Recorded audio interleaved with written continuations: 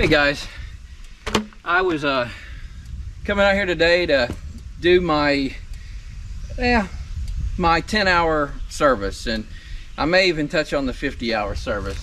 Got to go inside and see exactly where we stand right now on the hours. I have cut the field like 3 times now, and also thought I would kind of give you a little bit of a better tour of the tractor now that I understand it more, and let you know why I chose this Case IH75C over the John Deere and over the Coyote.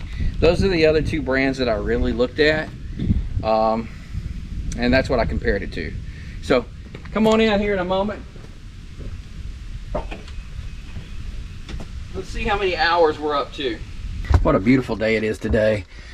It's about noon, and it's probably, I'd say, about 83 degrees, and the humidity is low, and it's just gorgeous. So we are at 34, get that radio off, we're at 34.5 hours, and so we've certainly not hit the 50 yet, but we've definitely hit 3 10s. And I've not been using the loader much at all because I've been cutting the field mostly with the tractor. There's not a, you did use the scraper as well, but I've just barely used the loader so far. I'm going to be taking the box blade, and you'll see it in future videos. And of course, right, what you see, this ground here, is after dozer, a bulldozer has just literally torn off the top layer of everything and took down a few trees to make room for the pole barn here, and to just clear out some space so that we'll have some sort of a scenery view down there to the field. But what I think, just based on my own logic, and it might be wrong, is that grass is not going to grow easy in this dust. I came up here yesterday with my wife, and we picked up tons and tons of sticks and rocks. You can see over here all of the piles of sticks that we've picked up, just all in this area here around these trees, and all these rocks. And in fact, they're still rock. I mean, we could pick up rocks for a decade, and I think there would be rocks still there. I talked to my mom on the phone yesterday, and she said, do those things just grow back? And I said, it seems like they do, because there's one pile. There's piles everywhere. I've got a whole little trailer full of sticks and rocks that we picked up here. Anyway, I did that because this whole area looked like this area here looks. It had just grown all these weeds from where the dozer had cleared it out, and then those weeds just want to grow back. We're now in the middle of June, and so that's what happens this time of the year. And so I took just a Husqvarna riding mower, and I went through here after we picked up the rocks and the sticks, and I mowed down what used to look like that all the way through here, and it just makes it feel so much better.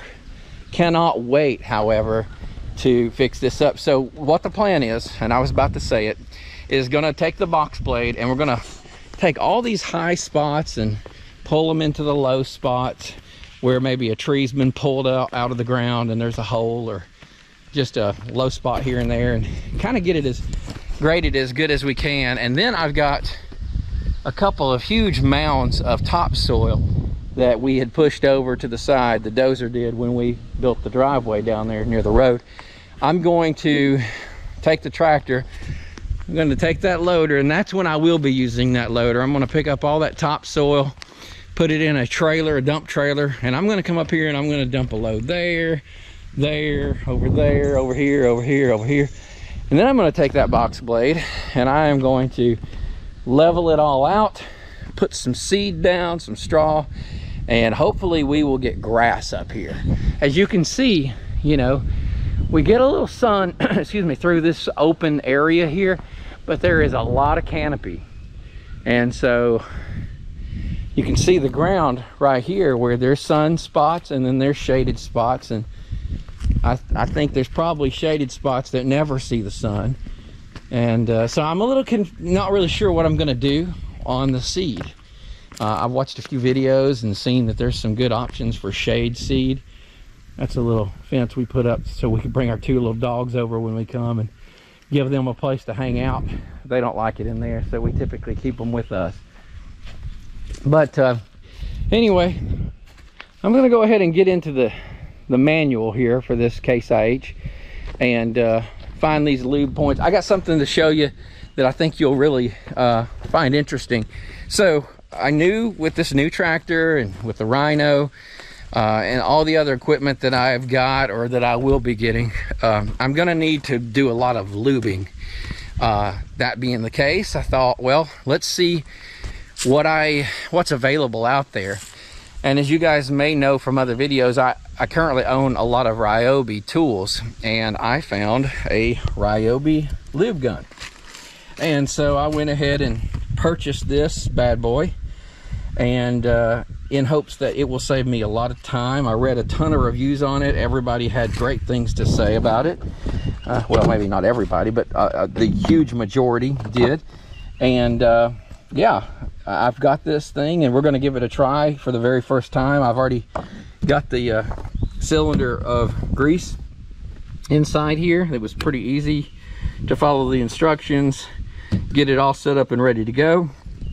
I have purged it and it's ready to run. Here's the little purge valve that you can open up to purge it and make sure it didn't even seem to have any air in it, so the grease came right out. This just pops off and this pops off, and this is like a 30-inch hose, which I think will come in very handy. And just a couple of trigger pulls and I believe we'll be able to get a lot of lubing done in a very short amount of time. And as you can see, this is my owner's manual for the tractor, Farmall 75C. And this reminds me of my tech manuals back when I was a crew chief in the Air Force on different aircraft, F-16s. Started with T-37s. That was the training jet for pilots. It was as far as I know, it was the first jet engine aircraft they got into, and they are something else. We called them tweets. They have a very high pitch sound. You had to wear double ear protection, and yeah, that's why I don't have very good hearing these days. Anyway, here's your every 10 hours or daily. So checking the engine oil, definitely have done that. And then front loader and bucket grease, and that's on page 724. I've not done that. Now here's our 50 hour. There are things that it wants you to tighten. There's a maintenance check, things to replace, some cleaning, testing, and greasing. So since I am limited on time today, I'm just going to focus on this 10 hour. So I'm going to clean out the air filter. I'm going to check the engine oil, and we're going to figure out how to grease this front bucket and loader. So let's run over to 724 real quick. I've been over there, and let's find it again. Okay, so there's two types of front end loaders, 1 and 2. One is without the self-leveling, and apparently there's a model with mechanically controlled self-leveling. I do not have the mechanically controlled self-leveling, and I think it probably would be nice, but it's one of those things that I did not have to have. Now I will say that one of the competitors that I was evaluating, it came standard with it, and that was Coyote.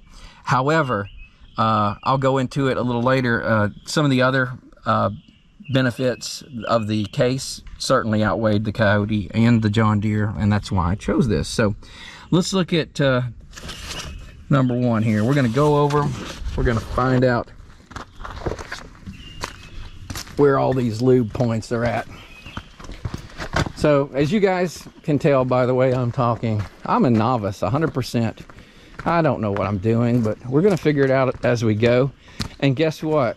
Unless you were raised on a farm, or you had a family member or a friend who had a tractor and someone showed you this, or you were shown this by someone for whatever reason, unless that's the case, then you're in my shoes. You're a novice as well.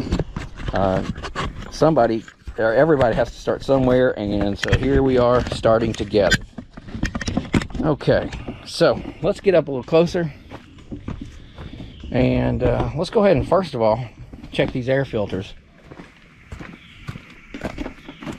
When I say air filters, really I'm talking about the screen that catches all the debris prior to. Seems like it was stuck on something, but we're good. Prior to going into the radiator. So let's get over here and take a peek at this. I don't like standing under there. I know there are some safety mechanisms that you can put on these loaders to prevent it from coming down. There's no one in the cab, so no one will touch the stick, but still, for safety purposes, I would recommend not going under there without something preventing that from coming down on you. However, I don't have that, so I got no choice right now. All right, so we come over to the, we'll call it the passenger side of the tractor. Let's bring this up a little bit. And right here is the handles for these screens. And the reason we raise the loader is because if you don't raise the loader, these will not come out. And I've removed these from multiple different types of tractors just when I was doing my research. And they're all kind of difficult to find the best way to get them out. When I say difficult, they tend to hang up or get caught on something. So you might be able to see a little bit of debris in this, but I probably cleaned it out after use the last time a little bit. But it's still got some things in it. So I'm just going to set this aside here in the cab. And then this one has a lower one as well, and I'm gonna beat this off too. Now, if you look close, you can see some debris inside on the radiator, especially down here. That's not good. Not sure exactly how or when that happened, but I'm gonna take my air blower and I'm gonna hit that and see if I can knock that off to the side.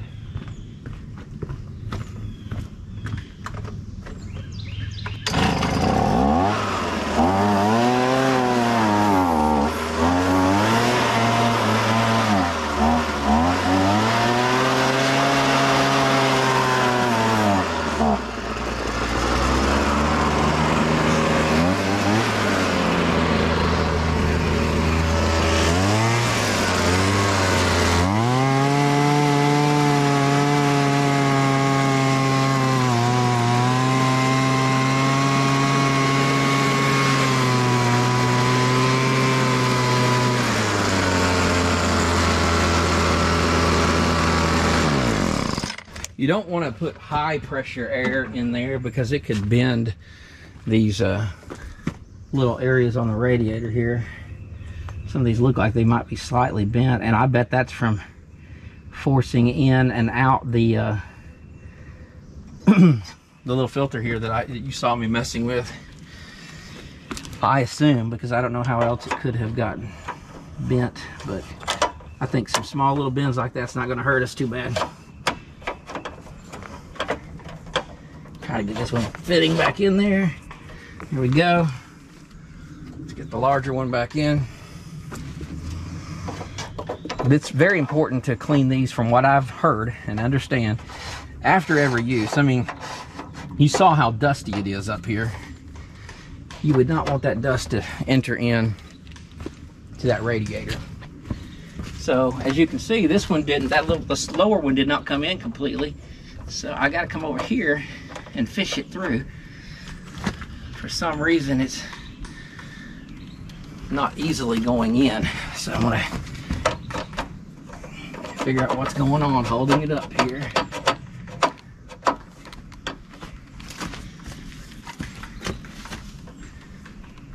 It seems to be getting slightly caught.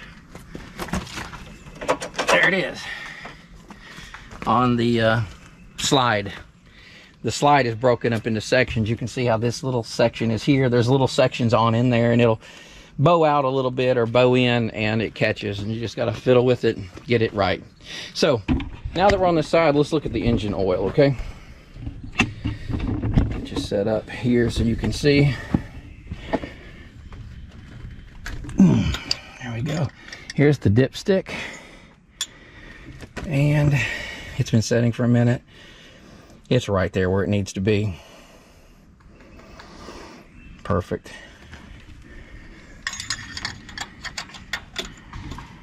So we've accomplished 2 things that need to be done every 10 hours. And so now let's get the lubing. Let's figure this thing out. So we have the manual, and you guys might not be aware, but you can you don't have to have the tractor running in order to drop this loader. You just simply move the joystick forward to do so. Now, before I do that, I'm going to shut the hood and make sure it's not in the way of anything. It's really easy to screw something up if you don't know what you're doing, or if you don't take your time and think through it. And so, like, I was just about to lower the loader. It would not have hurt it at all, I don't think, but you know, it's not something I'm wanting to risk it something touching it and hurting it and causing an issue. So let's drop the loader.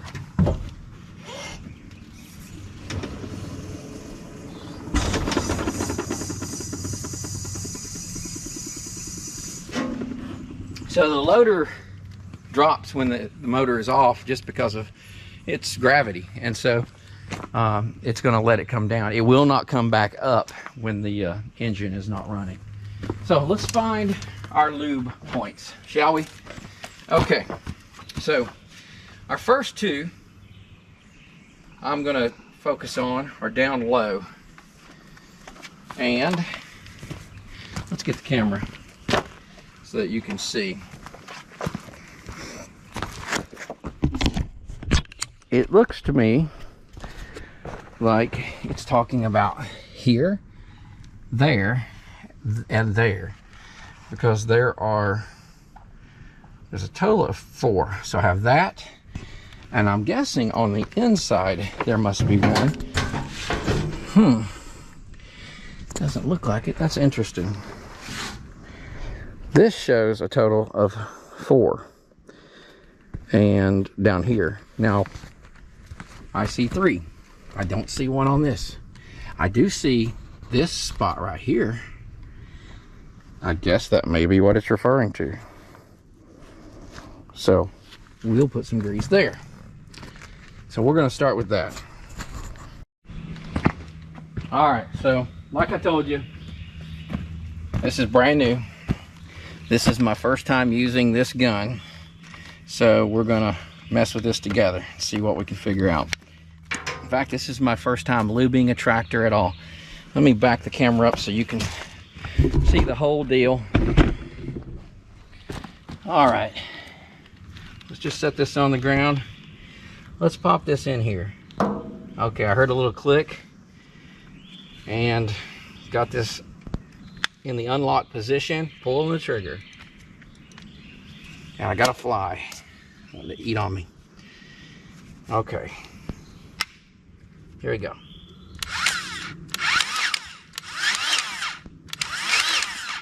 Now, no clue how much to put in here. It says wiggle it around if it doesn't pop right out, but that's the problem with these things, is they want to hang on to it. And so wiggling it around and pulling is the key, apparently. And I see good red grease right there, so we got some grease in it. Let's do this one.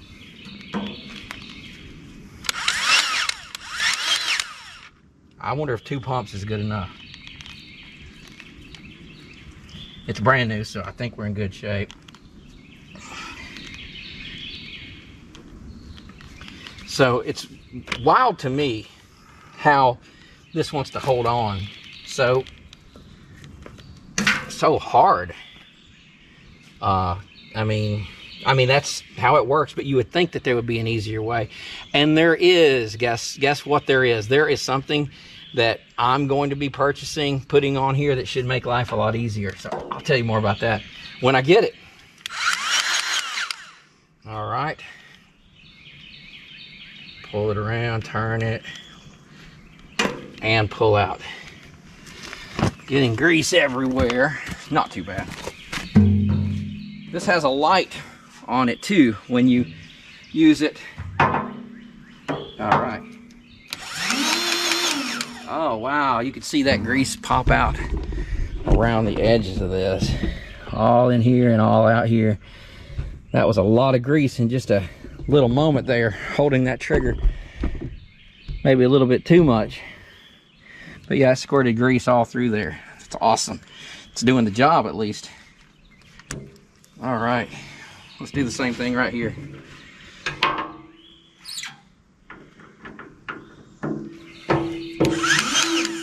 Okay, I saw a little bit of grease on each side. Didn't hold it quite as long, which is a good thing. Leave that hanging there, bring you around. You know, it's not rocket science. It's not an F-16, but it's the same thing. If you can learn how to work on a aircraft, if you can learn anything, you can learn this. Follow some simple instructions. You know, the sad thing is the instructions are not always available. They're not always given. Like, for example, it doesn't tell how much to put in there. I've been told that you can put too much and you can mess up a seal, blow a gasket or something. So I don't want to do that. I think it'd be smart for me to get my gloves on.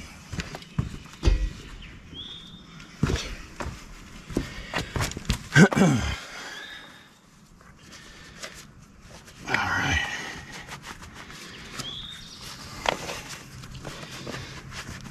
Here we go. There it is. Let's pop this one in. See the light that comes on here? That's going to come in handy if it's ever a little dark out and you're trying to do something. Alright. So there's 1, 2, 3. And then here's number 4.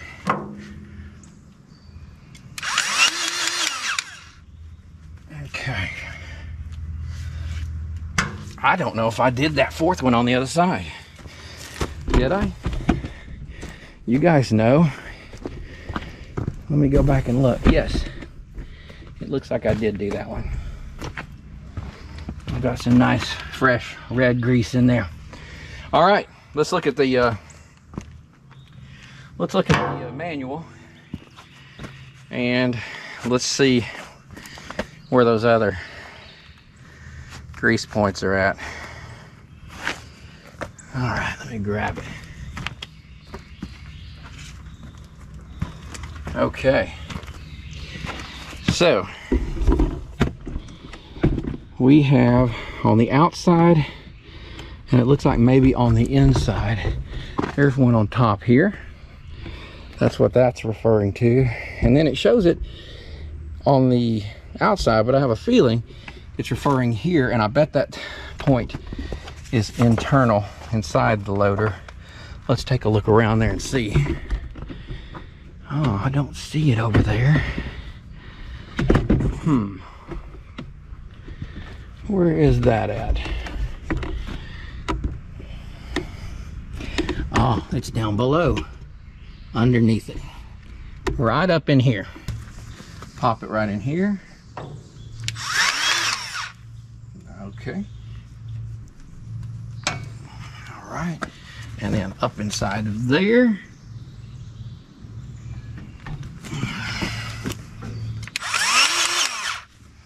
Just takes a little, I think. If you do this like they tell you to do it every 10 hours, my feeling is that just a little bit of grease does the trick. Try over here on the other side. All right. Again, the hardest part about this is getting the doggone fitting to come off. I'm sure everybody that does this knows that and may have good tricks to make it easier. But like I said, there's an adapter that you can put on the end of this that, by removing this piece, putting a new piece in its place, that it allows you to lock it on. And I guess unlocking it pops right off, but we'll find out. I'm going to do a little research on that. I just saw that the other day, and we'll figure it out. But I believe that that is all of the lubing on the loader that's required right now. So let's just confirm that by looking in here on the manual one more time. No, it's not. There are 2 more points, and they are up high. So let's find those. I see one of them, and let me show you. Okay, so we started low. We did that section down there. Then we done the mid section, and over here we have 2 more points. This would be one, and I have a feeling it's probably, yes, it's right there. That's the second one. So let's get this done.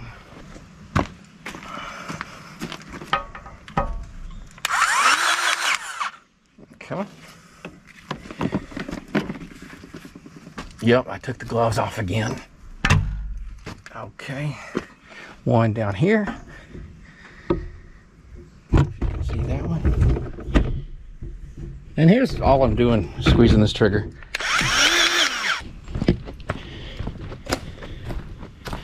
And we're gonna do the same thing over here. Here we go. Let's pop this on. Good. Okay. So the key might be to hold it down. So I'm gonna set you aside for just a second while I hold that in and I squeeze this trigger. Yeah, because you can tell.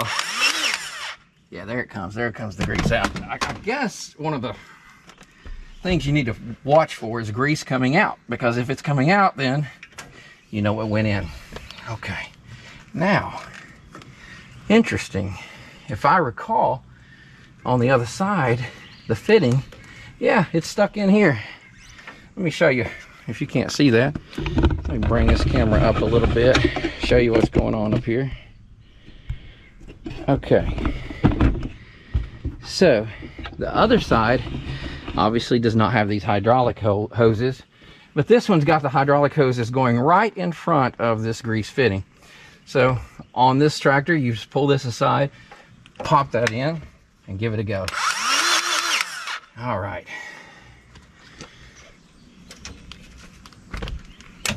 Okay. Good deal. It's done. So all grease fittings for the loader have been taken care of. I'll give you a quick recap on this Case IH in case you're not wanting to read your manual. The 75C. First of all, I like this gun. Now, for all I know, it might be a lot quicker and a lot easier to do it with a manual gun, but I'm sure there's a lot more grease points to do. Here's that one. Here's the one in the middle. Here's the 4 down low.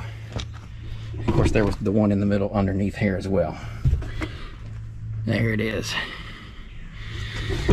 Okay. So now that that's done, I need to figure out what I need to lube on this Rhino. Gonna grab the owner's manual, give it a look. Be right back. So let's go check it out. I have done nothing yet to this Rhino except use it to cut the field 3 different times.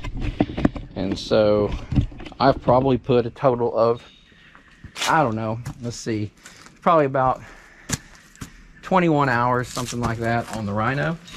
The manual is stored in this nifty little plastic compartment on the front here. Get this out from under there. We're going to take a peek and see what it tells us to do as far as lubing is concerned. All right, this is going to be fun. All right.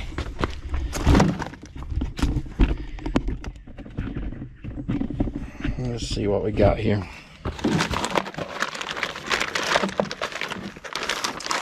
So, what all comes in this plastic bag anyway?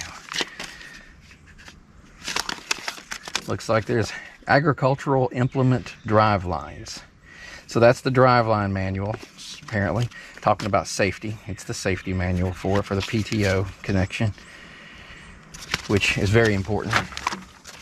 And then we have a manual in a different language than mine. Safety manual for operating and maintenance personnel. That would be me. So that's safety. I've got an idea of the safety part of this, but that's going to be a good read. And then I have the Rhino manual.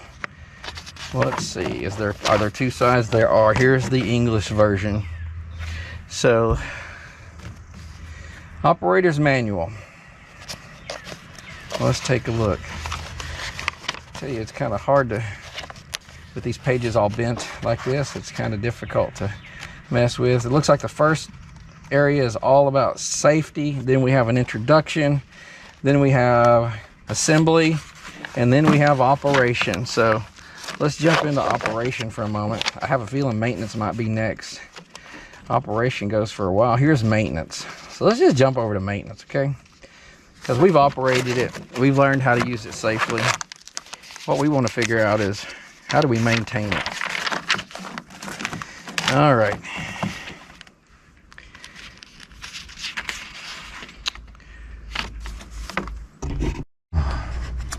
So it did not take long, and I found the lubrication section in the maintenance area. Maintenance, grease points, and gearbox inspections, okay? And so, a little bit hard to see because it's so small. But B is the tongue pins, and it looks like there's a couple of tongue pins on each side of this tongue. A, clevis roll, so I'm assuming there's grease points there. And then C says wing axles. Looking for a C, and C's down here. And this is underneath. This is from underneath the bush hog, the Rhino. D is center axles. Okay, that's simple enough. And looks like D will be the hardest one to get to because it's underneath, and with the wings up, these should be pretty easy to get. But D, that's going to be down on the ground, so that'll be a little bit challenging. I see this little 8 here with the check mark in the hourglass. You see that right there? And there's another one.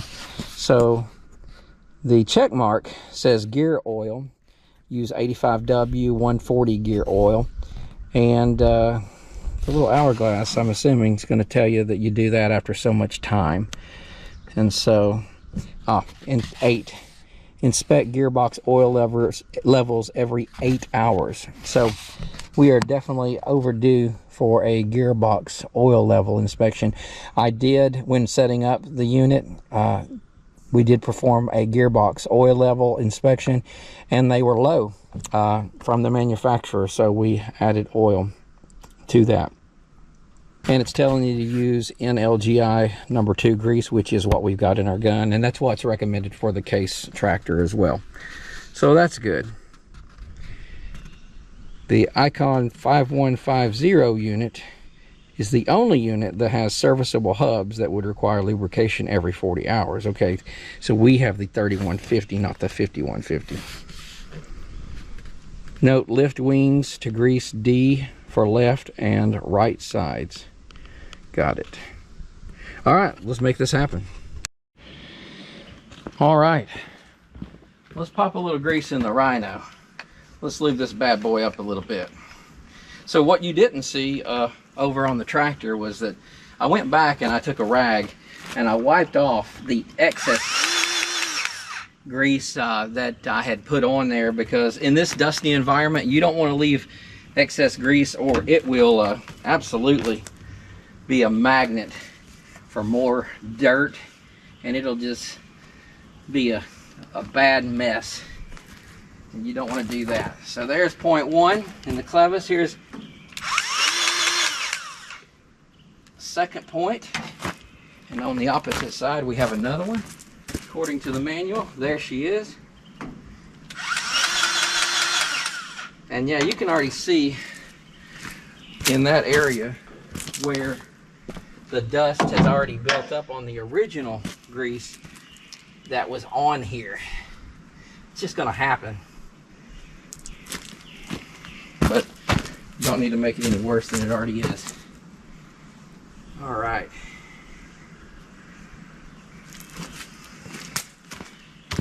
Next is the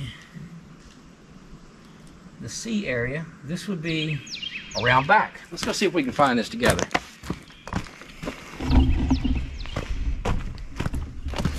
What we're looking for is each of these outer wheels. They call it the wing axle. So let's go check it out.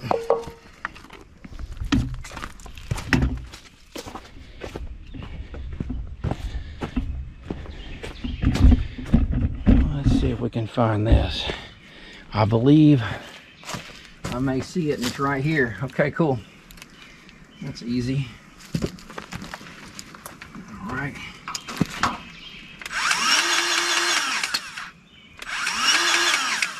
I'm just not seeing grease come out anywhere, so just made sure it's got plenty. All right, let's do the other side. Whip you around.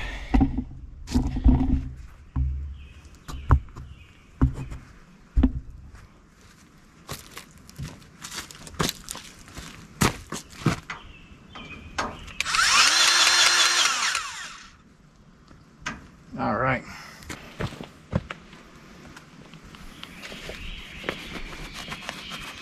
I really enjoy this cutter. It cuts the field great. Makes easy work of it. And it has a nice finished look to me. There it is. Now I want to show you something on this one. Just a second, let me get your camera over here. So I just squirted it in there, and you can see where it started coming out right down here. So it's filling that whole area up, so when this raises and lowers, it's cutting down that friction and not tearing things up. So that's going to do its job here. Now let's bring this down and let's see if we can find this area here.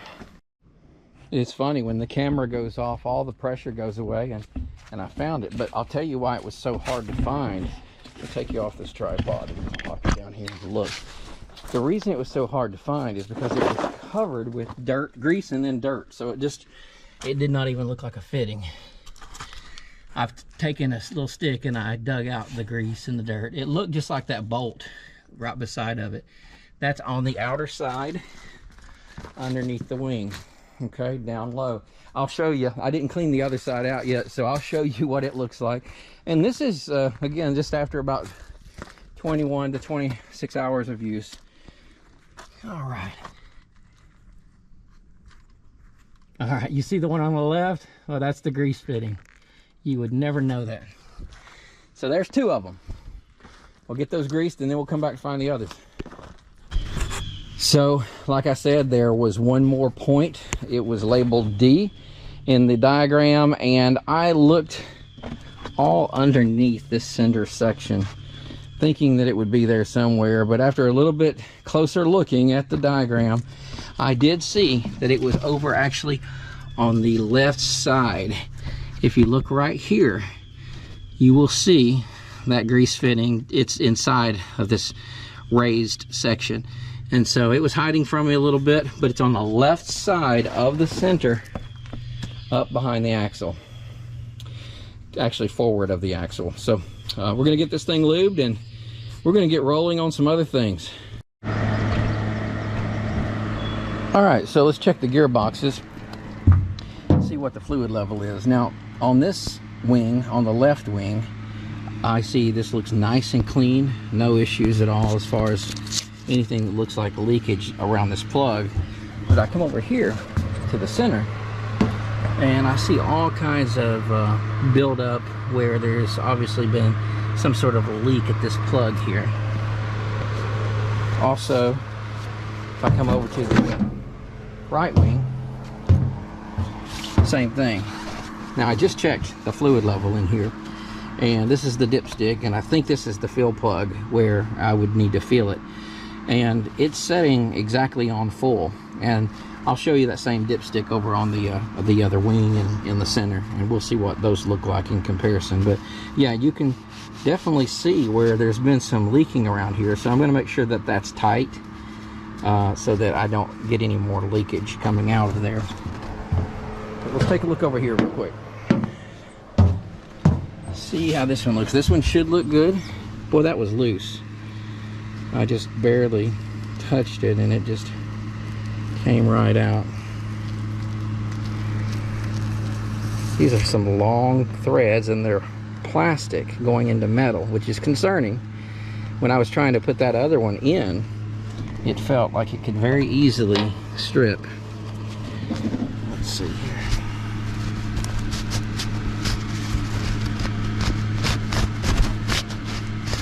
All right, so you can see there you have add and full, and so we're going to put it in. We're going to see how high that shows on the line. Again, very difficult to get these in just perfect so that they don't want to cross thread. Gotta really take your time,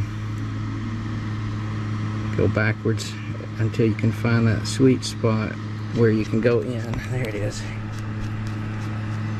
Okay, I am all the way down now. I'm going to back out. We're going to look and see where the fluid level is.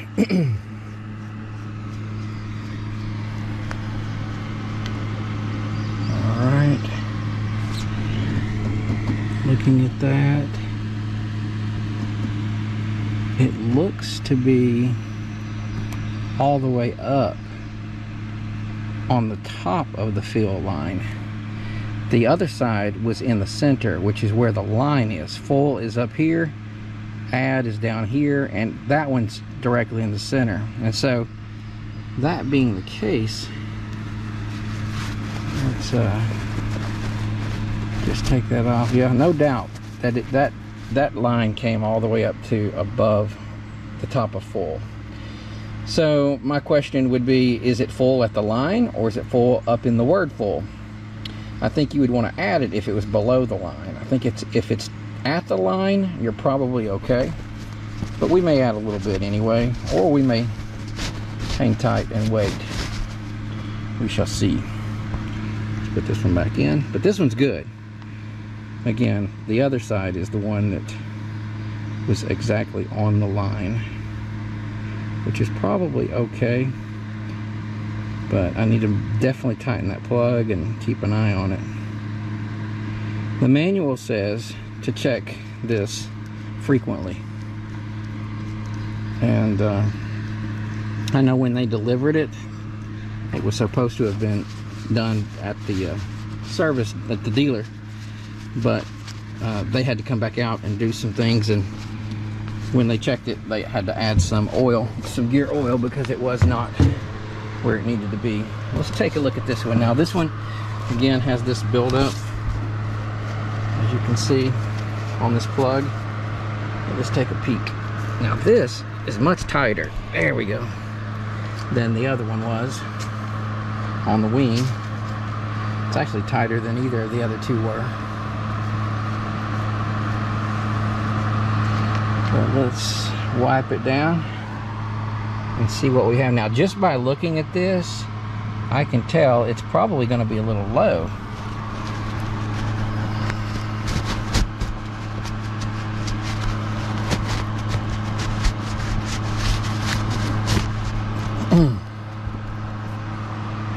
Let's give it a go and see what we come up with.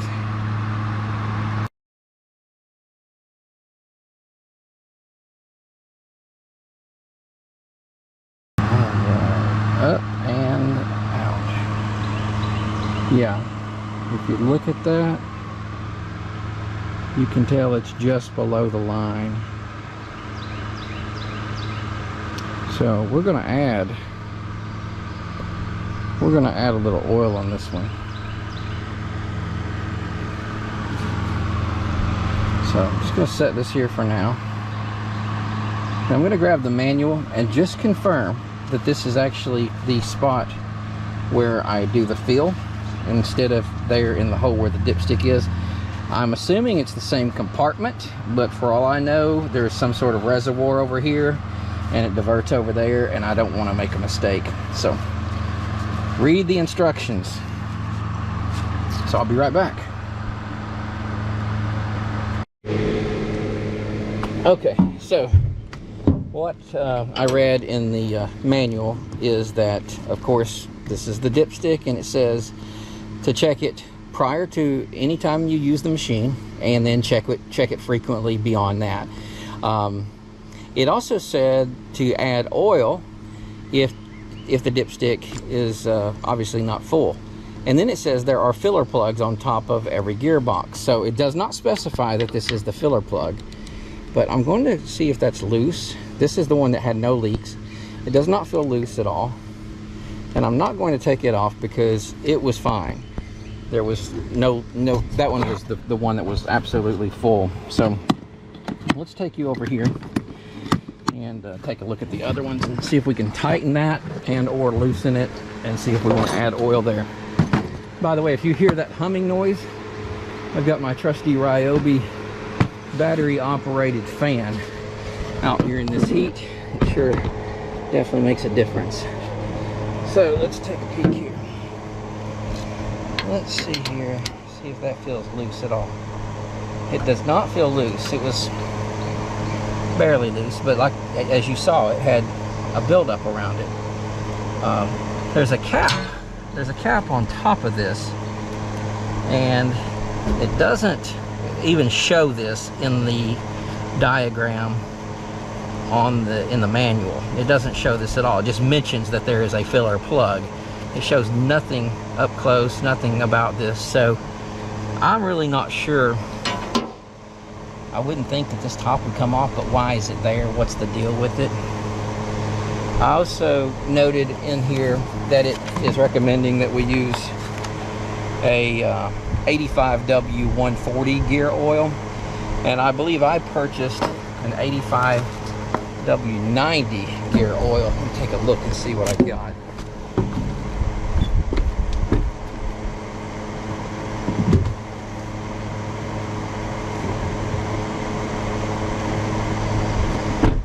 Actually, I got an 80W90. I purchased this because the representative at Tractor Supply recommended that would be what I would use in a bush hog. That's what he uses. However, I'm going to use this for something else and wait and get my 85W140 so that I'll be doing exactly what it says to do. So I'm going to go ahead and put this cap back on, maybe.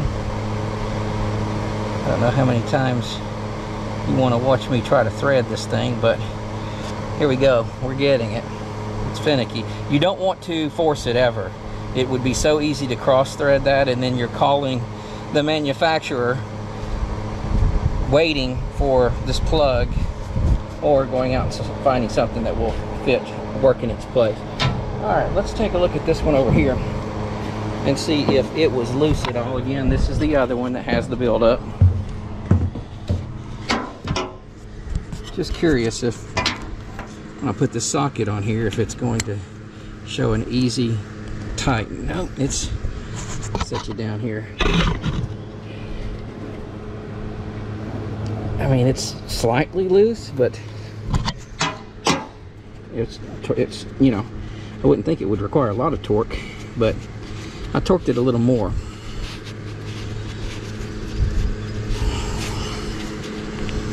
We'll clean this off, and obviously, like I said, I'm going to be coming back and adding the proper gear oil into this area. I want to read up on it a little bit more, see if I'm supposed to do it over here or if I do it there.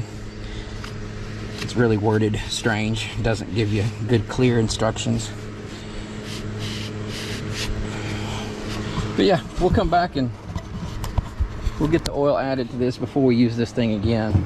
I've also got to have to do a lot of lubing on the shafts. So we'll catch you on the other side of this. Okay, folks, I told you I was going to tell you a little bit about why I chose this it's It's funny when I say case IH, I say cage. Let's look, take two. Okay, everybody. I promised I was going to tell you just a little bit about why I decided to purchase this cage. Take three. Hey everybody. So I promised you a little while ago that I was going to tell you a little bit of the reason that I chose to purchase the Case IH75C over the John Deere 5065E or 5075E and the Coyote. I don't remember the numbers, okay, but it was the similar model in the 70 horsepower range, give or take 3 or 4 horsepower. Okay, so there's a few reasons. Number one, I test drove each and every one of them, and the John Deere was the first one that I test drove around the parking lot, and you know, just up and down a couple little roads. It was the first time I had driven a tractor, and I thought, this is pretty cool. You know, I like this. I think John Deere is awesome, and this would be a good one. And I actually even negotiated a little bit on the price. And then I caught wind that there was something called Coyote, and so I went to that dealership and I checked it out, and I spoke with the sales representative, and it actually had some features that John Deere did not have. It had the self-leveling bucket. It also had on the back for the 3-point, something that I thought was really cool. It had some sort of a lever switch. Honestly, I can't remember, but it allowed you from out in the back to raise or lower your 3-point hitch very easily. And I thought that was very nice. And so that made me start kind of leaning toward Coyote. I went to test drive it, and I won't go into all the detail, but I really just didn't have the best experience with the sales representative. Nothing against Coyote when it comes to their capability or their service or anything like that. It was just when the sales representative was kind of walking me through how to proceed with the test drive, he gave me some incorrect information, which made the experience not good for the test drive. But I took that kind of out of consideration when I found the Case IH. What I found with Case that just did not exist with either John Deere or Coyote was the color red. No, actually that's not the reason I bought it, although I do like the color red pretty well. But I was always liking the idea of green. I mean, after all, they write songs about the color green, right? But anyway, so you had to pay extra with John Deere, for example, to get a buddy seat or a training seat. This came standard in the Case IH. I test drove this guy, and let me just tell you, compared to the Coyote and compared to the John Deere, it felt like I was driving, I don't know, there was a big difference in the comfort level. I believe, and you do your own research, but I believe that it is extra for both other manufacturers, especially John Deere, to have a air ride seat, which this has, and it's so comfortable, and just really makes you feel like you're not in a tractor. This has an awesome display area where you press your foot on the lever and you can tilt your steering all the way down in your lap, which is exactly how I drive when I drive a vehicle. I really like the console here and the way it just displays everything. I love the ergonomics of the way the handles felt, the way my hands fit in them so well. That wasn't the case with the other two tractors. I obviously got sold on the idea of having the shuttle shift, I think it's called. Basically, all it does, that's your reverse and your forward. And you know, the funny thing is, none of the 3 sales representatives told me that it's smart to clutch when you're doing that. And you don't have to. But they also did not explain to me or tell me that if you're in forward, for example, and you're moving along and you want to slow down, instead of just popping it out and then into reverse, which they kind of told me that's all you did, is that you should clutch, or you can clutch with it up and forward or in reverse, and it will act as a clutch and it'll give you a lot smoother movement. And that was not explained with any of the manufacturers, including Case. It took somebody, I can't even remember who told me, but somebody told me to do that, and that made all the difference in the world. Obviously it's got the stereo standard, which I don't recall that was the case in the John Deere. I think it was in the Coyote. It's got this awesome sunroof with this shade that you can pull over it. We've got the shade back right now, but you can take and pull those up. It's a little finicky, but it works really good. And then you have the sunroof there, and this can pop open and you can get a little air coming in that way. It's really designed, of course, for the loader when it's in the air. That's what everybody says. So you can see what you're doing up there. But and when you're sitting back here, that probably would come in handy. Like I said, I've not done a lot of loader work on this guy yet. Guess what came standard with this? Mirrors. Side view mirrors. John Deere, no. You got to pay extra if you want mirrors. You don't get them. What else came standard? A door that functioned on the passenger side, which was really nice. Now, is it easy to get in and out of here? Well, when you raise the steering wheel a little bit, you can do it, but at the risk of, you know, your body hitting this loader function, and that can be a little dangerous, but it is doable, and you can get in and out here. Anyway, but this is a must if you're getting a tractor. This power shuttle shift, I think is what it's called. This is the throttle, and you can set it where you want it and just go. Typically, that's what I always do. Or you can use the foot throttle down here, which I've gotten used to not using that. It's nice just to set it where you want it and just nudge it up and down to get that 540 PTO speed if you're pulling your 15-foot Batwing Rhino over there behind you. It works really well. And this is your 3-point hitch up and down. This is your PTO. This is a mechanical PTO. I was a little upset at first at Case because I was pretty sure the sales representative said it was an electronic PTO. When it came down to the time to buy it, it was this mechanical. And he assured me that, you know, it works the same. Basically, you're either pressing a button or you are moving a lever. And I'm all good about moving a lever, and it's worked perfectly fine. It's immediate, and it responds, I'm assuming, like a button would. However, a button could go bad, and this lever, being mechanical, most likely it's going to last. Now, there is this little button here that's got a little PTO symbol on it. And that is designed so that when you get up out of your seat, the tractor knows that you're getting out of your seat. And from what I understand, the PTO will stop running unless you have mashed this down prior to getting out of your seat. And then I believe the PTO will still go. And you do need that for certain applications that you might be using. This air conditioning unit freezes me out. It's awesome. I love jamming out to the stereo or the radio when I'm moving along and doing my thing. You have this emergency brake or parking brake. There you go, parking brake that you always put on when you're, you know, setting still, when you're not moving, when you park this guy. It has 3 gears down here, which is your main gears, and then up here you've got 4 gears to shift through when you're in any one of these 3 gears. Most of the time, I'm going to put it in the 2nd gear. You see how easy that shifts in and out? There's 1st gear, 2nd, and then 3rd. Did that go all the way up in 3rd?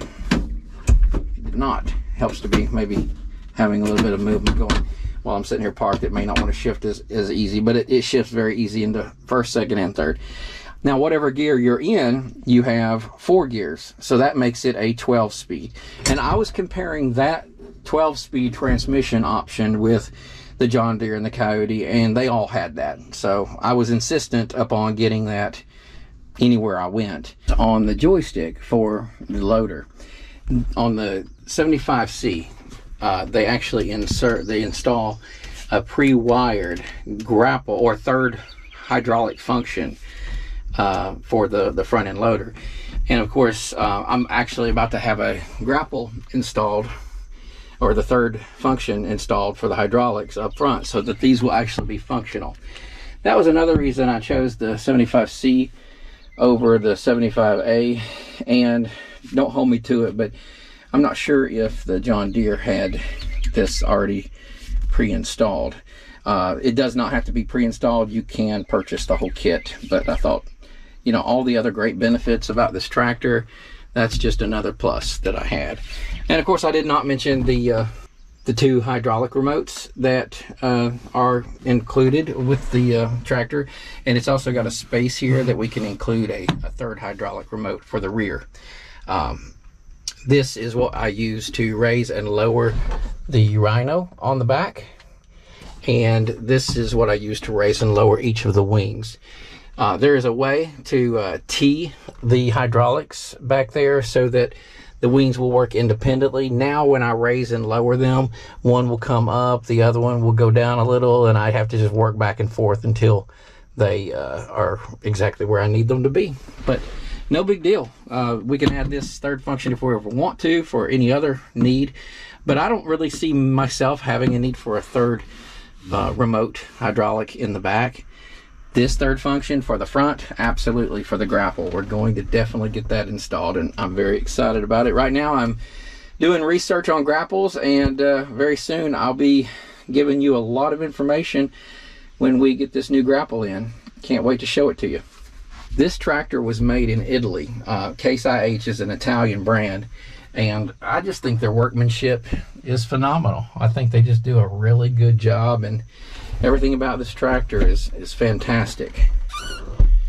I spend about 7 to 8 hours cutting this field with this thing, and I've got the AC blaring. I've got my Bluetooth connected to my stereo, and just enjoy it. In here it's nice and cool. Outside it's in the upper 80s. There's some cool USB plugs, it looks like, over here. 2 of those. You have a cigarette lighter plug here. Yep, for you smokers. And don't have a clue yet what that is. I believe that's some kind of hookup when they're doing diagnostics. I'm not really sure. I'm not going to mess with that because I don't know. And I have yet to get into the manual and determine what these do. I think the sales rep told me those had to do with some diagnostics, but I have a feeling there's some things here that I need to learn. You know, there's a cup holder here that is just, I don't know what in the world's this for. You see these little areas here, normally you would think that's plastic or rubber that moves, but no, it's solid all the way down. So it's literally about 2 inches in, or maybe 1.5 inches in circumference here, or diameter. And so I don't know what would fit down in here. So I have to take it out to get a drink in here. But you guys probably, somebody knows what that's for, so please tell me. There's a symbol on top. That might give me a clue, but I can't make out what it is. And then over here, we bought these handy dandy cup holders, mounted them on here. My wife found these on Amazon. I got one on each side, and that'll hold a bottle just about of any size. So that's pretty cool. You got a compartment here. You can stick your phone in. There's a compartment over here. You got another little compartment there. You've got a lot of room back here. You have these side windows that pop in, pop out on both sides. You got the windshield wiper. You got all the outer lights that you need for whatever reason, blinkers and so on. You got this little back window that will pop out, let you turn around and check out your 3-point hitch and what's going on back there. Anyway, this thing, it's just smooth. It feels, if a tractor can feel luxurious, this is the one that does. It rides well. Oh, another thing, it's a 4-cylinder. The 75C is a 4-cylinder engine, which to me sounds better than a 3-cylinder. I don't know, maybe I'm wrong, but stronger, more powerful, hopefully last longer. Maybe it won't last longer than a 3-cylinder, but it's a 4-cylinder. The 75A case was a 3-cylinder. This was a step up, but the 75A is also a good option that I would consider if I were comparing to John Deere or to Coyote or maybe anything else. But when I set in the 75C, I immediately felt the difference from the A, and I felt the difference from everything else that I had set in. Everything feels solid. You got all these air conditioner vents on each side of the steering wheel column, so it's just knocking you down. You got them on each side. You got them at the top as well. So that's my little overview of this tractor that I lovingly call Big Red. And hopefully it will last me for a lot of years, because it cost a lot of money, and they all do. But I paid a pretty penny. But I feel like I negotiated a decent deal. Be sure you negotiate some. I know you tractor salesmen probably, gosh, you got to hate me saying that. But, you know, you can save a little money if you just discuss it with them. And I'm sure they're happy to work with you. So anyway, I wish you good tractor and farm and cutter and all the things that you do. I wish you joy and happiness, and I hope you enjoy something like what we have out here, and that is just an absolutely lovely place. Oh yeah, and one more thing that the sales representative told me, and I was hesitant to even really believe him, because if you talk to any other dealer, they will tell you that all tractors this size has that regeneration issue. I think it's got to do with emissions and the diesel fuel. You can learn all about that. But anyway, most tractors all do have that. This Case IH 75C, for whatever reason, does not, and is not required to have it. I have heard that basically it's to, at some point after putting so much time on the tractor will tell you, hey, I've got to stop.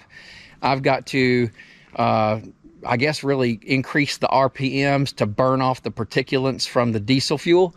And it's called regeneration, I believe. The other tractors, the John Deere and the Coyote, both had that.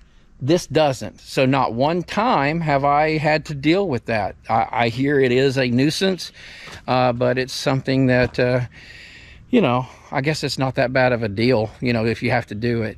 But I've also been told that all these ridiculous regulations that really have been put into place just to make people feel like they're doing something good and important, that it really doesn't do a lot of benefit. It burns more fuel, from what I understand, during that regeneration cycle, which is going to cause a bigger carbon footprint than if you didn't have it. It all probably equals out. But this doesn't have it, and you don't have to worry about that. And that's pretty cool.